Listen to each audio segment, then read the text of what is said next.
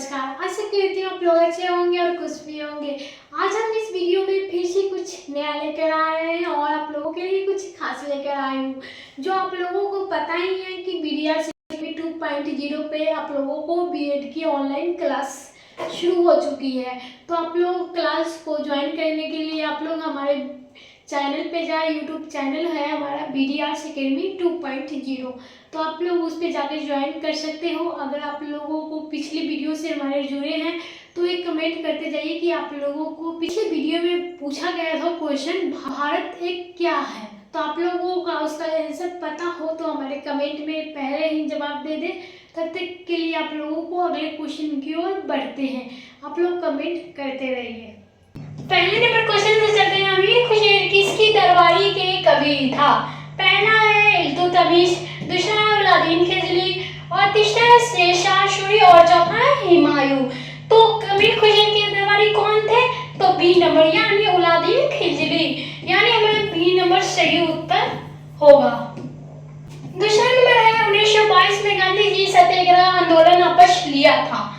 तो पहला है चोरी चोरी हिंसा के कारण, दूसरा है कांग्रेस सदस्यों की गिरफ्तारी के कारण, तीसरा है अंग्रेजी सरकार द्वारा गांधी की मांग मान लेने के कारण और चौथा है जनता का समर्थन के अभाव के कारण। तो इसमें से जो सही उत्तर हो जाएगा, जो 1922 में गांधी जी के सत्याग्रह आंदोलन आपस लेने का कारण जो बनेगा वो था पहला नंबर यानी चोरी चोरी हिंसा के कारण। तो इसीलिए हमारा ए नंबर सही उत्तर हो जाएगा। तीसरे नंबर पे चलते हैं। तनु की निम्नलिखित में से कौन सी शामिल नहीं है? पहला है सम्यक आचरण, दूसरा है सम्यक श्रद्धा, तीसरा है सम्यक भक्ति और चौथा है सम्यक ज्ञान। तो तनु में शामिल कौन सा नहीं है? तो वो है सम्यक ज्ञान, यानी हमारा डी नंबर सही उत्तर हो जाएगा। चौथा नंबर है पेशावर किस शासक के शासन काल में बौद्ध का सभ्यता का प्रसिद्ध केंद्र था? पहला है हर्षवर्धन, दूसरा है चंद्रगुप्त, तीसरा है कनिष्क और चौथा है अशोक। तो पेशावर के शासन काल में बौद्ध की सभ्यता प्रसिद्ध केंद्र कौन था? वो था सी नंबर यानी कनिष्क केंद्र प्रसिद्ध था। तो हमारा सी नंबर सही उत्तर हो जाएगा।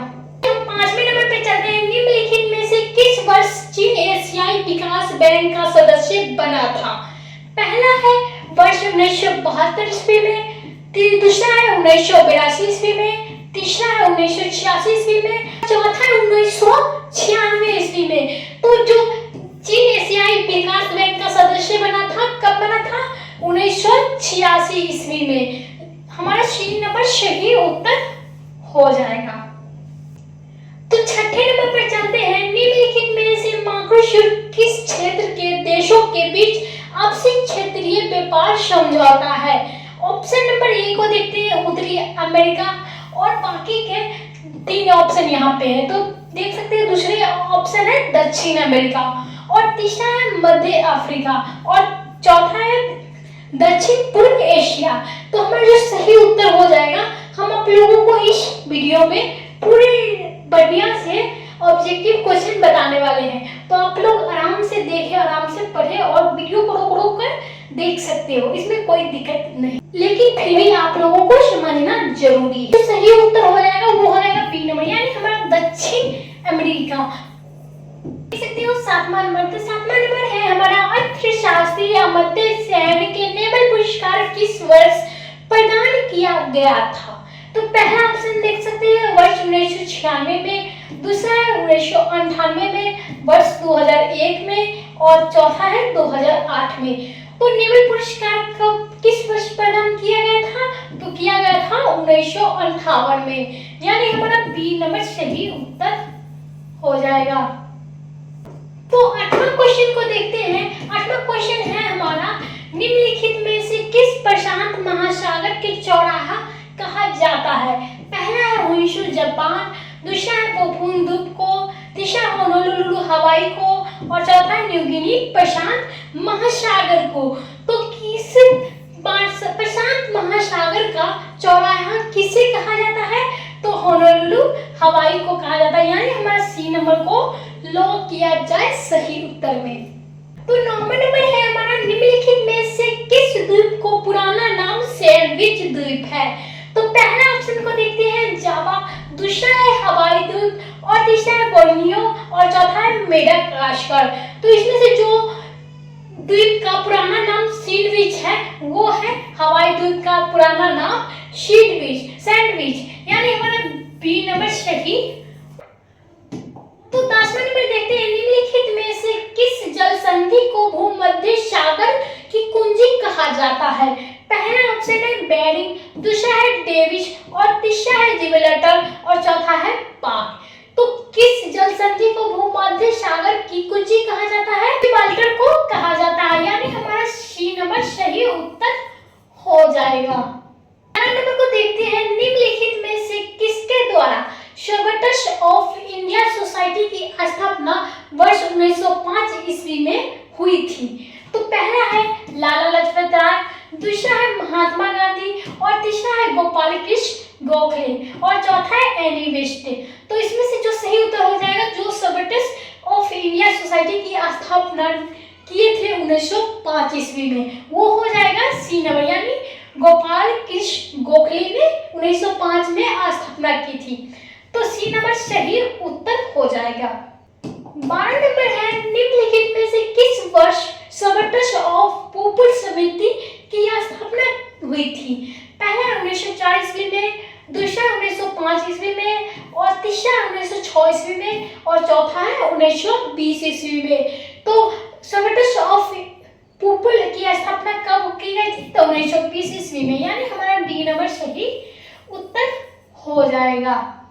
नंबर है हमारा, सर्वोटस ऑफ पीपुल समिति की स्थापना किसके द्वारा की गई थी? पहला है स्वामी सहजानंद, दूसरा है लाला लाजपत राय और तीसरा है महादेव गोविंद रानडे और चौथा है सत्येंद्र नाथ टैगोर। तो इसमें से जो सर्वोटस ऑफ पीपुल समिति की स्थापना किसके द्वारा की गई थी? तो लाला लाजपत राय के द्वारा की गई थी, यानी हमारा बी नंबर सही उत्तर हो जाएगा। 14 नंबर है, कम्युनिस्ट पार्टी ऑफ इंडिया की स्थापना वर्ष 1920 में ताशकंद किसके द्वारा की गई थी? पहला है लाला हरदयाल के द्वारा, दूसरा है केशव बलिराम हेडगेवार के द्वारा और तीसरा है एम.एन. राय के द्वारा और चौथा है एच.डी. मजुमदार के द्वारा। तो 1920 में कम्युनिस्ट पार्टी ऑफ इंडिया की स्थापना 1920 में ताशकंद किसके द्वारा की गई थी? तो किया गया था एम.एन.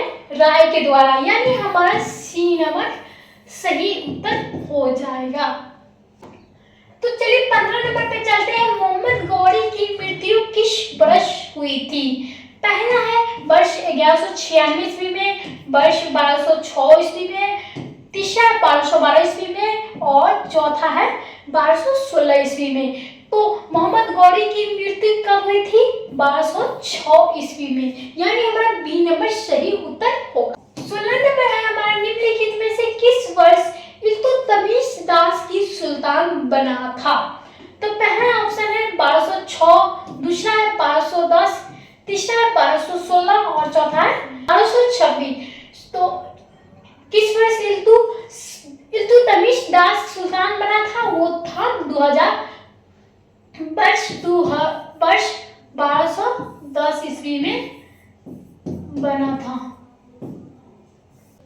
17 नंबर है, विश्व का पहला गणतंत्र वैशाली बिहार में किसके द्वारा स्थापित किया गया था? तो ऑप्शन नंबर ए को देखते हैं, मौर्य वंश द्वारा, दूसरा है गुप्त वंश द्वारा और तीसरा है नंद वंश द्वारा और चौथा है लिच्छवी द्वारा। तो इसमें से जो सही उत्तर हो जाएगा तो वो हो जाएगा डी नंबर, यानी लिच्छवी के द्वारा। तो डी नंबर सही उत्तर हो जाएगा। 8 नंबर है, चोलों की स्थानीय स्वशासन कितने प्रकार की सभाएं थी? पहला है 2 प्रकार की, दूसरा है 3 प्रकार की और तीसरा है 4 प्रकार की और चौथा है 5 प्रकार की। तो इसमें से जो चोली की स्थानीय स्वशासन की कितने प्रकार की सभाएं थी? वो थी 3 प्रकार की, यानी बी नंबर सही उत्तर हो जाएगा। गुप्त काल के प्रसिद्ध गणित कौन थे? तो गणित कौन थे? आर्यभट्ट, दूसरा कालिदास, तीसरा विशाखादत्त और चौथा है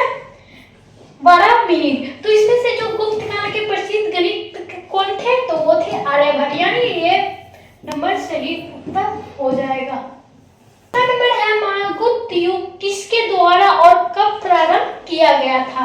पहला है श्रीगुप्त 300 ईस्वी पूर्व में से, और दूसरा है समुद्रगुप्त 310, और तीसरा है चंद्रगुप्त प्रथम 320 ईस्वी पूर्व, और चौथा है अशोक 368 ईस्वी पूर्व। तो गुप्त युग किसके द्वारा और कब प्रारंभ किया गया था? तो समुद्रगुप्त 310 ईस्वी पूर्व के तहत। तो बी नंबर हमारा सही उत्तर हो जाएगा। तो 21 नंबर है उड़ीसा को किस वर्ष बिहार से अलग प्रदेश का दर्जा दिया गया? तो पहला है वर्ष 1911 ईस्वी में, दूसरा है वर्ष 1936 ईस्वी में, और तीसरा है वर्ष 1948 ईस्वी में, और चौथा है वर्ष 1956 ईस्वी में। तो इसमें से जो उड़ीसा को बिहार से अलग पड़ता कब मिला था? 1936 ईस्वी में, यानी हमारा बी नंबर सही उत्तर हो जाएगा। चलिए 22 नंबर चलते हैं। 22 नंबर है उड़ीसा का क्षेत्रफल की दृष्टि के सबसे बड़ा जिला कौन सा है? पहला है मयूरभंज, दूसरा है गजब, और तीसरा है पुरी, और चौथा है रायगढ़। तो उड़ीसा के क्षेत्रफल की दृष्टि से सबसे बड़ा जिला कौन सा है? तो वो है रायगढ़, यानी हमारा डी नंबर सही उत्तर हो जाएगा।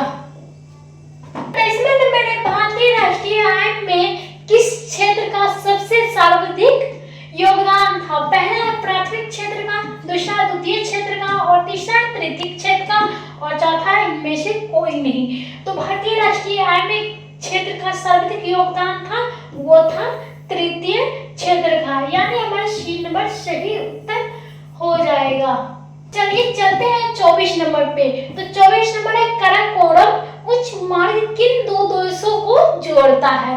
पहला है भारत और पाकिस्तान को, दूसरा है पाकिस्तान और चीन को, और तीसरा है पाकिस्तान और रूस को, और चौथा है भारत और श्रीलंका को। तो काराकोरम उच्च मार्ग किन दो देशों को जोड़ता है? तो वो जोड़ता है पाकिस्तान और चीन को, यानी हमारा बी नंबर सही उत्तर हो जाएगा।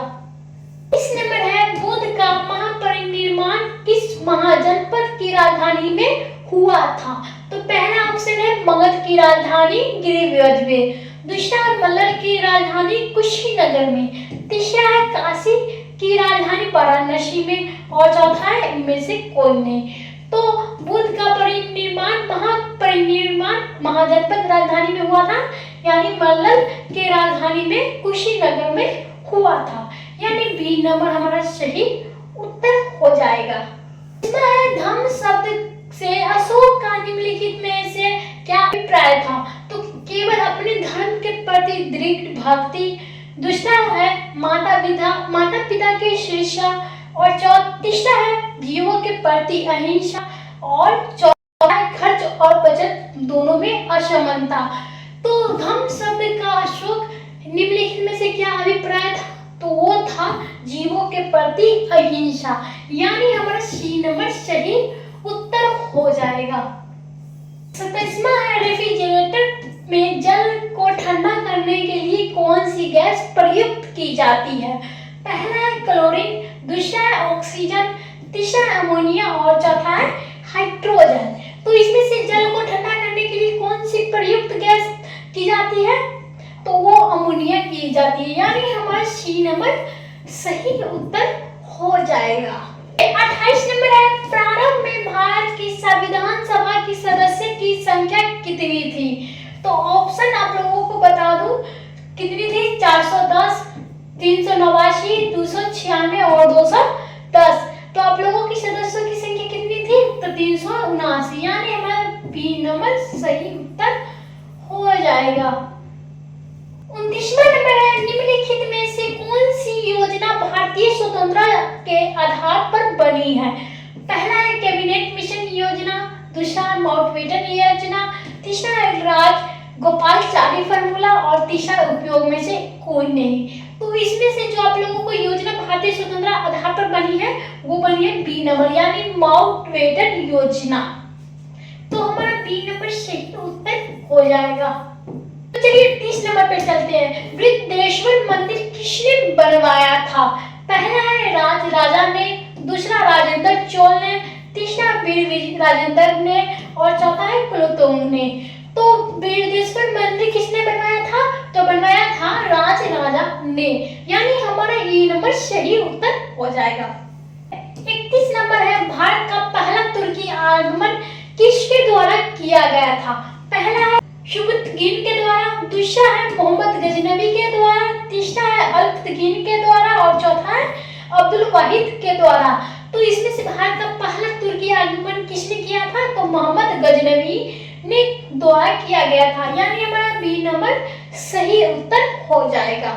32 नंबर है, 49वीं समांतर रेखा किन दो देशों को विभाजित करती है?